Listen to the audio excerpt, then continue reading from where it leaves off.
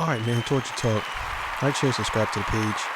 Hit the thumbs up button if you like the content. So today, I'm going to be watching a video that goes through the entire history of Drake being a colonizer, a conquistador.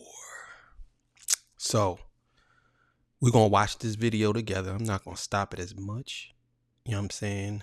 Maybe to laugh at some things or whatever. But, yeah, before I get into that, thank y'all for y'all subscriptions. If you like the content, consider subscribing. If I haven't earned your subscription today, thank you very much. If you already subscribed, I don't have no merch. Sorry, I ain't that big yet, but I'll get there one day. But look, you know what I'm saying? They call me the Hidden Gem.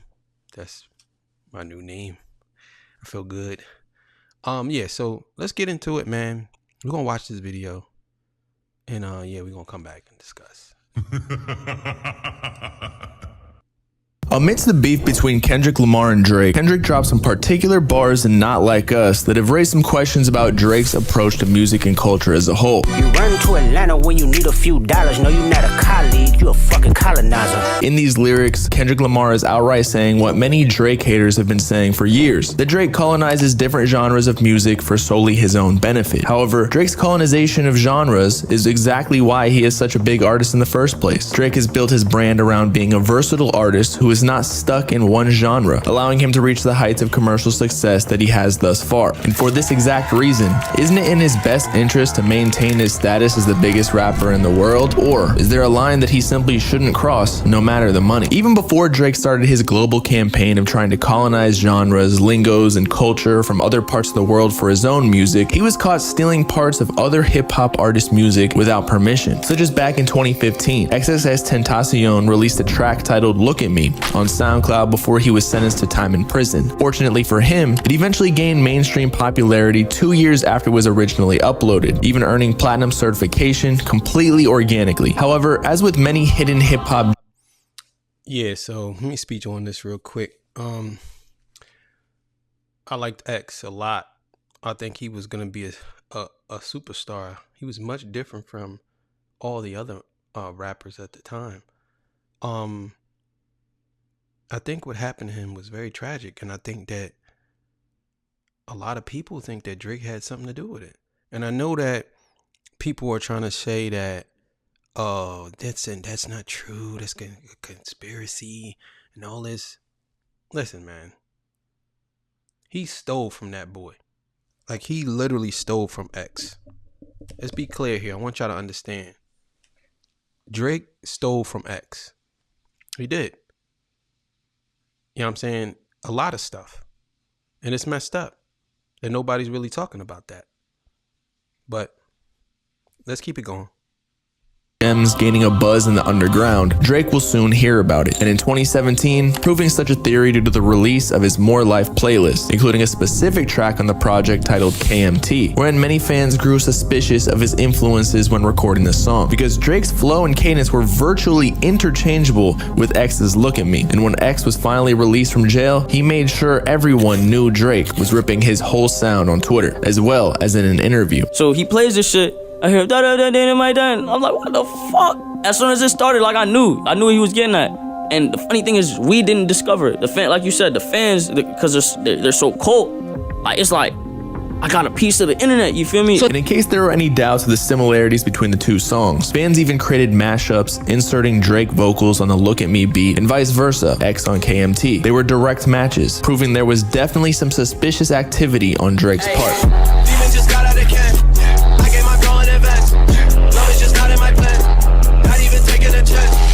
Another example is Soulja Boy's historic viral meme on Breakfast. That's crazy. That's crazy. Oh my God, let's go. Club, claiming Drake stole his song bar for bar. In the world! These niggas, yeah, Drake? Drake? Everything he know. Y'all didn't hear Drake on his first song? Tell me what's really going on. Drizzy Drake back in this thing already. That's Soulja. Shit. That's my bar. Shit. He copied my whole fucking flow. That's Kiss Me Through the Phone. He copied my whole fucking flow. Word for word, bar for bar. And as we came to find out time and time again with Soulja Boy, he did in fact do it first. His track that I'm not even going to attempt to pronounce his first verse, released in 2007, included the exact same lyrics as Drake's Miss Me's first verse 3 years later. And tell me what's really going on. Soulja Boy up in this thing, I'm ready. What's happening? Tell me what's really going on. Drizzy back up in this thing, I'm ready. What's happening? Although Soulja Boy did Yo, that's crazy, yo. Yo, that's crazy. That's crazy. So Soulja Boy wasn't crazy. Drake, I guess he really was telling the truth. And a lot of y'all laughed. seem too offended by Drake's fandom of his music, as they collaborated a few years later on a song titled We Made It. Not to mention, Soulja Boy was credited for his contribution to Drake's song featuring Lil Wayne as an interpolation for using the same lyrics, cadence, and melodies, something that happens quite often in the music industry, and more specifically hip-hop, such as when a rapper blatantly references another artist's song's lyrics to pay homage. Now, if Soulja Boy had not been credited whatsoever, then there would be definitely an issue, but there is something to be said that one of Drake's first big hits was derived from another popular artist. And unfortunately for Drake, another one of his most iconic anthems of the 2010s was also called into question, this time by Drum, now famous for his collab with Lil Yachty on Broccoli, who publicly announced on Twitter that Drake's new release, Hotline Bling, was not, in fact, a remix to his own recent viral hit, Cha Cha. Fans then compared the two songs and drew similarities between the melody, drums, and flows. What's even more suspicious is that Beats One official Twitter account even confused Drake's song as a remix of Drums too. Drake defended himself in an interview with Fader, claiming he was simply inspired by the sound of Cha Cha and made Hotline Bling to give his own take on the sound. He said, you know, like in Jamaica, you'll have a rhythm and it's like everyone has to do a song on that. Imagine that in rap, or imagine that in R&B. Imagine if we got one beat and every single person, me, this guy, all these guys had to do a song on that one beat. So sometimes I'll pick a beat that's a bit like sunnier, I guess is the word you use, than usual, and I just try my hand at it. And that's kind of what Hotline Bling was, and I loved it. It's cool. I've been excited by that sort of creative process. But something to note is that the reason the song sounds so... Okay, y'all telling me that this dude sounds like a nigga? Listen, I know Drake is half black. I understand. I get it. But you telling me that he don't sound like a Jewish kid that just got into hip hop? He sounds like he's pretending.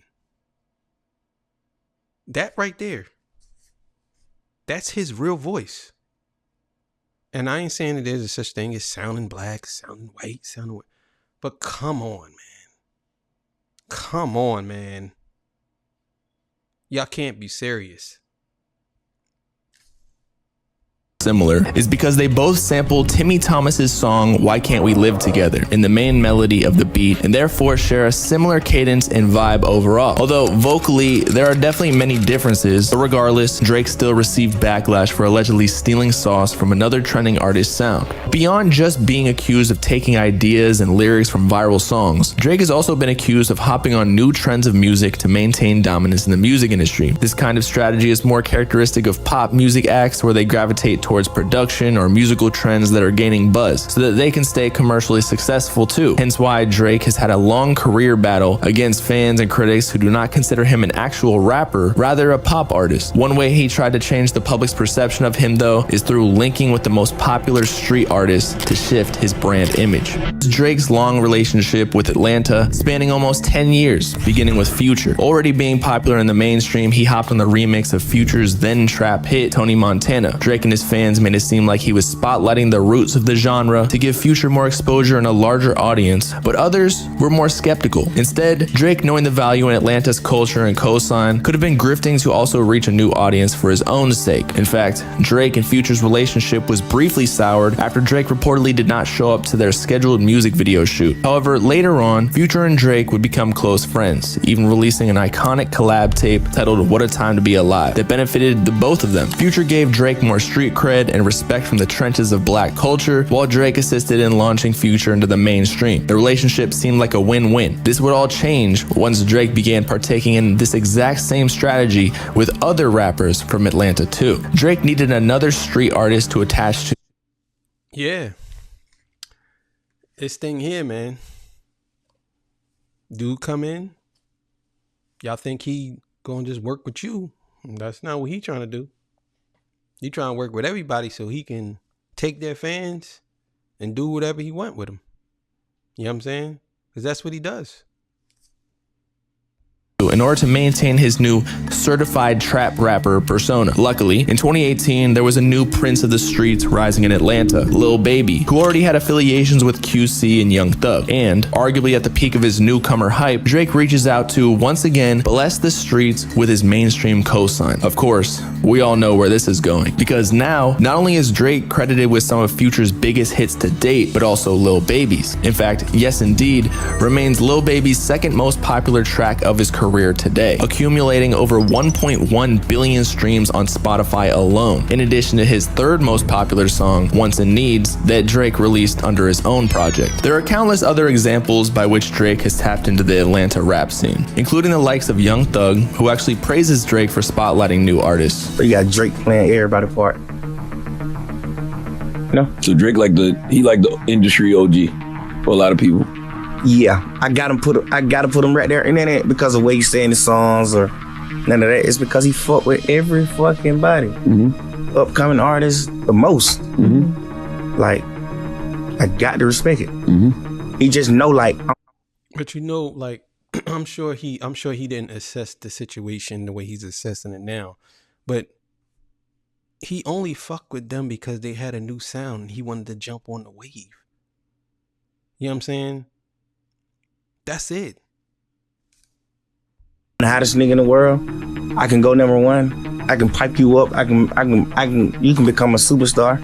And while Thug is right that Drake gives newer artists opportunities, what many fail to realize is the likely higher benefit he receives from such calculated risk. For most artists' careers, especially in such a competitive market like Atlanta, will recycle to the next popping artist every couple of years. And given Drake is already an established act, what better way to continue to reach the youth and or street culture than to continuously collaborate with every one of these artists? The combination of Drake's stimulus with the support of the streets wanting to put on their new local artists is a lethal combination. But as mentioned, once said artist's music runs stale, Drake remains as the last man standing always, waiting to capitalize on the next. In 2022, Drake's strategy became even more obvious when he made an entire collab tape with 21 Savage this time, which was all too similar to his previous with Future, as they were both from Atlanta. Originally, Drake and Future allegedly had plans to release the sequel to What a Time to Be Alive in the near future, but I guess Drake already felt like he tapped out that market. He needed one of the new kids on the block. What was even more strange was the album essentially sounded like a Drake project, with 21 Savage acting as a backup artist,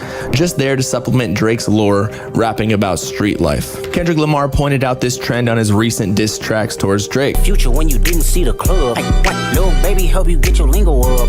What? 21 get your first street cred. Now, that is not to say many artists, from Atlanta or not, aren't cool with this exchange, regardless of Drake's intentions, since a song with him can change their life forever. It will undoubtedly get millions of streams and has the ability to boost someone's career overnight into mainstream stardom, as we've already seen many times. One of the main reasons others have beef with Drake right now is how he abuses their culture, meanwhile using them as a lifeline to maintain his relevance. He's just an actor. After all, that's literally where his rise to fame began, starring in the television show Degrassi. Atlanta is only one of the cultures Drake has fallen under controversy for colonizing, though. Dancehall and Afrobeat have been prominent influences in much of Drake's more recent work, and frankly, his most popular album, Views, selling over 1 million copies in its first week, unheard of in today's world. For this album, he recruited the best the culture had to provide, such as Wizkid, one of the biggest artists of West Africa, who assisted Drake in perfecting the Afrobeat cadence on One Dance, resulting in a global smash hit. Popcorn, a dancehall artist who actually signed to OVO before leaving eventually, featured on the original version of Controlla that leaked online, later replaced by a sample of another famous dancehall artist, Beanie Man, and more infamously Rihanna, with Caribbean descent, featured on the track Too Good that also interpolated and sampled one of the previously mentioned Popcon's track. Drake would continue releasing dancehall and Afrobeat infused music the next year on his following project More Life, on tracks like Passion Fruit with even more success. But fans began to see a trend, especially while Drake picked up more cultural influences on the same project to capitalize from. They noticed that he would switch from one accent to another to fit the targeted culture. He picked up a Jamaican accent and lingo for dancehall tracks, and transitioned to a British accent using UK terminology. Fans thought it to be inauthentic and simply just appropriation for sales and streams. Popular dancehall That's crazy. How you switch the sound up and mix up two different countries? That's crazy. artist Mavado even called out Drake, stating, "You are not from dancehall. You have no power in dancehall, and everybody know who introduced you to dancehalls, so don't feel like you come disrespect Gully. Take that out, you brain, and don't tweet again." Even his own artist Popcon obviously didn't feel right about his situation with Drake and OVO. Since early last year, he declared his intentions to leave the label, but we can only assume that it's for the similar reasons repeated by previous failed signees: Drake running off with their culture and sound until it runs dry, then moving on to the next, without any concern for the artist's careers or who inspired the music. In fact, Popcon's albums actually performed worse while signed to OVO than compared to before. And as we just discussed, the next culture Drake set his sights on to colonize was UK drill. For in 2017, Drake identified Giggs and Skepta as some of the leaders of the movement and called them in to record for More Life. Although, even many of the tracks they were not featured on included similar production to their own, and of course, Drake rapping with a somewhat British accent and lingo. But it seems that was just his warm-up. For a couple years later,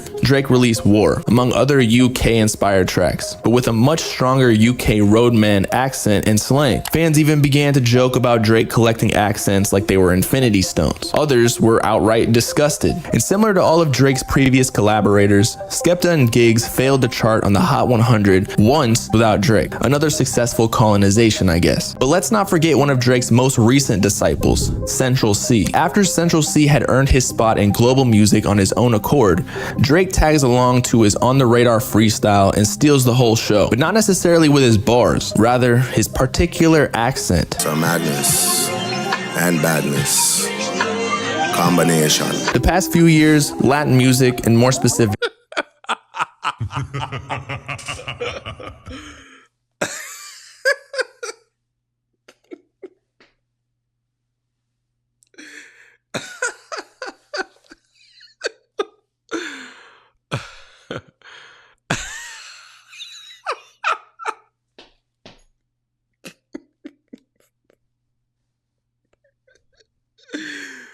Oh, man. I gotta listen to that again. Just a little bit. Let's go. And many of the tracks they were not featured on included similar production to their own, and of course, Drake rapping with a somewhat British accent and lingo. But it seems that was just his warm-up. For a couple years later, Drake released War, among other UK-inspired tracks, but with a much stronger UK roadman accent and slang. Fans even began to joke about Drake collecting accents like they were infinity stones. Others were outright disgusted. And similar to all of Drake's previous collaborators, Skepta and Giggs failed to chart on the Hot 100 once without Drake. Another successful colonization, I guess. But let's not forget one of Drake's most recent disciples, Central C. After Central C had earned his spot in global music on his own accord, Drake tags along to his On the Radar freestyle and steals the whole show, but not necessarily with his bars, rather his particular accent. From madness and badness combination. The past few years, Latin music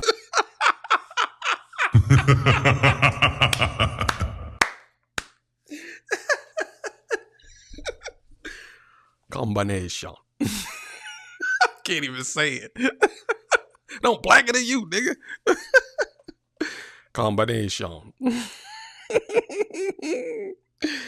Oh, man. Let's go.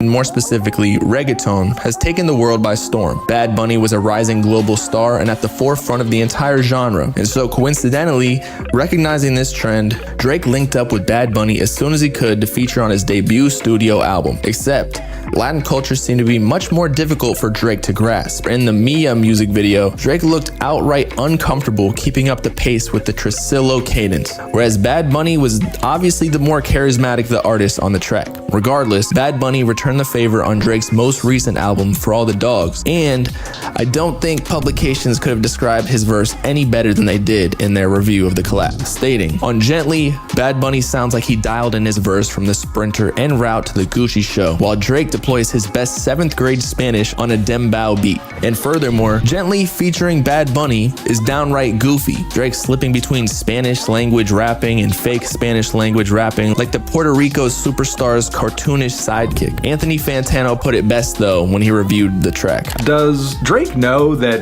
you can just let somebody from a different country or culture rap on your track without like impersonating them? Honestly, Nevermind accurately predicts its own future as one of Drake's most forgotten albums, even though it was a blatant attempt to do the exact opposite. Drake sought to tap into the international electronic scene of house music while blending it with his typical rap flows in order to continue widening his global listenership. He recruited some of the most influential Afro house DJs such as Gordo, formerly known as Carnage, and Black Coffee, among others. And yet, the album still fell flat. Of course, compared to his peers, the album still sold well. However, that was simply due to Drake's name. And really, the only songs that stuck long-term were more hip-hop leaning like Jimmy Cooks and Sticky, highlighting the challenges of trying to conquer a new culture that one isn't authentic to. And due to the album's mixed album perception, Drake hasn't pondered into the house music scene much since, which should serve as a reminder that while experimentation in music is commendable, it requires more than just surface-level attempts to resonate with a new audience. Now,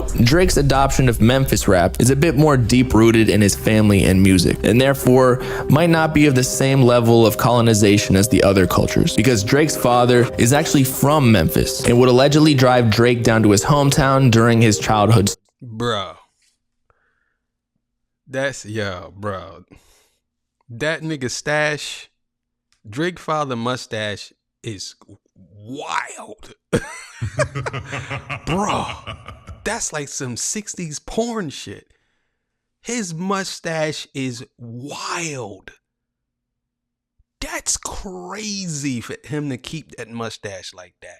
It looked like he got a black lip, like a real black lip on top of it, or somebody put some hot curlers on his lips at the top.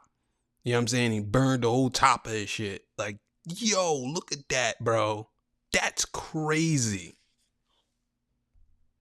Summers. So throughout his career, Drake has continuously paid homage to Memphis via lyrics such as in Jumpman and Underground Kings, as well as his usage of samples from legendary Memphis DJs in Non-Stop. He hadn't really ever collaborated with many artists from the local scene though, until Tay Keith, who actually produced Non-Stop, and Black Boy JB started bubbling in the city, whereby Drake finally blessed its artists with the mainstream spotlight by featuring on one of their tracks, Look Alive. Notably, Drake's verse interpolated the lyrics and flow of Memphis legend Project Pat on his opening verse, clearly indicated the song was an ode to the city. Look Alive debuted at number 2 on the Hot 100 Billboard, but once again, notice something backwards about the whole song. Drake occupies more than 2/3 of the song's playtime, all the while technically being a feature. Of course, Black Boy JB was likely happy launching to superstardom with just one verse, but time and time again, Drake received all the credit for putting on his city, whereas we all know where Black Boy JB's career has fallen since. Which leads us to the decade of the 2020s. A new generation of artists rapping over electronic, spacey trap beats inspired by Playboi Carti, Lil Uzi Vert, Pierre Bourne, and others were rising in rank with the help of TikTok and the underground cult fanbase. Eventually, this sound would be classified as rage, and Whole Lotta Red was among the most highly anticipated albums due to Carti's infamous spree of leaked music. So, Drake, the conquistador, knew what he had to do to tap into this younger, more internet savvy.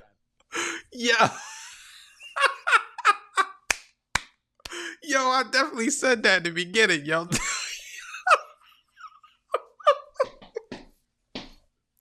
Yo, this nigga is a conquistador.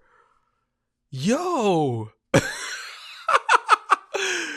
The forever conquistador. Yo, this is crazy. market. Knowing it would be mutually beneficial for both parties, Drake recruited both Playboi Carti on the feature and Pierre Bourne on the production of Pain 1993 for his upcoming EP. Drake's collab with this new age artist still resulted in one of the most popular songs on Dark Lane demo tapes, showcasing the strength of the underground cult audience. Now, maybe Drake genuinely enjoys Carti's rather unorthodox style of music, since he did text Ian Connor to remix his and Pierre's old leak one day. Or perhaps Drake included their collab on his EP to capitalize on Carti's hype from the Whole Lotta Red rollout. It's a classic move we've seen before, Drake aligning himself with the rising stars of a new sound in order to boost his own relevance while their hype is at a peak. Carti wasn't his only target in this new wave though. The next year, a new star had been born, speed running through the entire industry with hit after hit on TikTok, Yeat, and coincidentally, they were releasing their albums about a week apart. What an opportune time to capitalize on the next and upcoming rapper. The night Yeat released his debut studio project with Interscope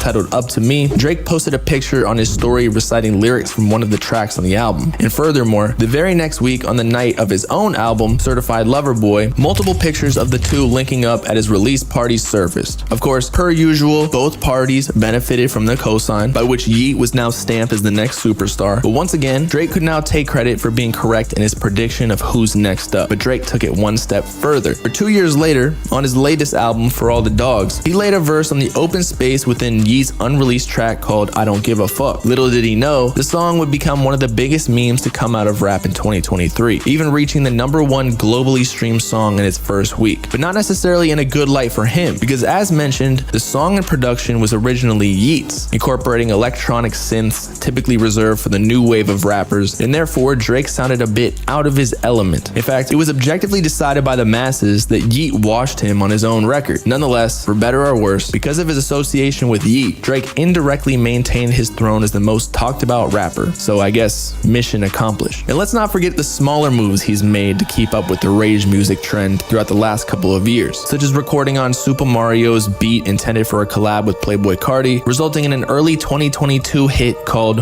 What's Next. Oh, and similar to much of Carti's discography, this song actually leaked prior to its release in order to gain anticipation from the fans. Drake really knows how to emulate every culture he enters into, even the leak community. It has actually even been said that Lil Yachty is his A&R of sorts nowadays, keeping him up to date with all that is relevant in fashion and music. In a recent interview, Yachty even admitted he was surprised that Drake rarely listened to music in his free time, which is definitely very odd for arguably the most successful musician of our time. Did you say your music is a part of your all-day, everyday experiences? No. That's the same with Drake. When I started hanging with him, I'm like, he rarely listens to music, except for like when he's recording, you know? Do you mean in the... I know I'm gonna say this, and I know a lot of people going to be mad. I don't see how anybody could go to Yachty for music. Any type of... I just don't get it. Some of these dudes, they're in a position because they're there. I don't think... Maybe Yachty has some songs that people like, but is he a musical genius? Is he musically inclined? I don't think so. I heard the song that Drake's supposed to have took from him. It's trash. So I don't understand how people can say, oh, he got his stuff from Yachty. Oh, Yachty's probably his eyes and ears. He's his A&R. I mean, he's going around looking for the new sound. It's like, bro, I don't get it. I don't get the hype of Yachty. I don't. I think he's so trash. Like, I'm being honest. I think he's trash. I haven't heard nothing from him now. I could be like, yeah, he killed that. That joint was crazy. In fact, I take that back. The joint him and J. Cole was tough. I ain't gonna lie. That was pretty tough. He had a nice verse on there. He had a nice verse. And if he could rap like that, then yeah, he can convince me that he's pretty good. Other than that, nah. Mac and Cheese, that was actually Kodak Black, I believe. But some of the songs he got that I heard is trash. But let's keep it going. I'm sorry. In the weeks he's recording, he'll just be like in his daily life. Mm-hmm. Like I'm gonna wake up, music, driving, music, showering, music, eating, music. He's more like a talking type of person. Music when it's time to record. Sometimes he plays music in the car, but sometimes he'll ride in silence.